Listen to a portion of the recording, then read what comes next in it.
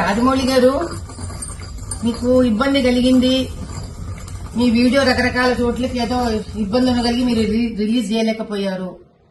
ఎవరి కష్టాలు వాళ్ళకు ఉంటాయి, కాదనట్లేదండి. కానీ ఆంజనేయ స్వామి వెనకుండి నడిపిస్తాడు అని మీ నాన్నగారు అన్నారు. అది ఇప్పుడు భావ్యంగా అనిపించట్లేదు మీకు అన్నారు కదా. పోనీ బాహుబలి సినిమాలో కోట్లు సంపాదించారు కదండి శివలింగాన్ని ఎత్తిపించి పాపం ప్రభాస్ గారితో. అప్పుడేమన్నా శివుడి మీద ఏమైనా దానకం చదివారా మీరేమన్నా? ఏ శివాలయానికి ఏమన్నా దాన ధర్మాలు చేశారా?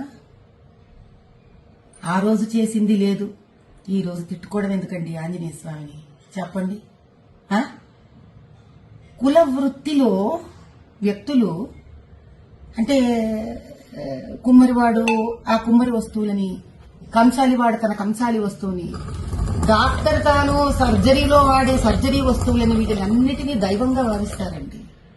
భగవంతుడు డబ్బు సంపాదనకి వాడుకోండి, కాదనట్లేదు.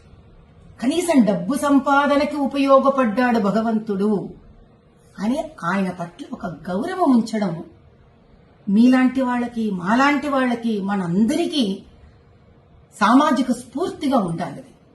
ఎందుకంటే ప్రజలు మనని చూసి మన మాట విని చైతన్యవంతమవుతారు. అంత బేలలాగా మీరు ఎవరో ఏదో షాట్లు మీకు కొట్టేశారు కాబట్టి మీకు ఆంజనేయ స్వామి వెనక లేడని మీరు భావించడం, ఆ తర్వాత వెంటనే సమస్య తీరిపోగానే చిన్నపిల్లలాగా వేసేసుకోవడం, ఇంకా నిలకడెక్కడుంది రాజమౌళి గారు మీ అంత పెద్ద మనిషికి కూడా?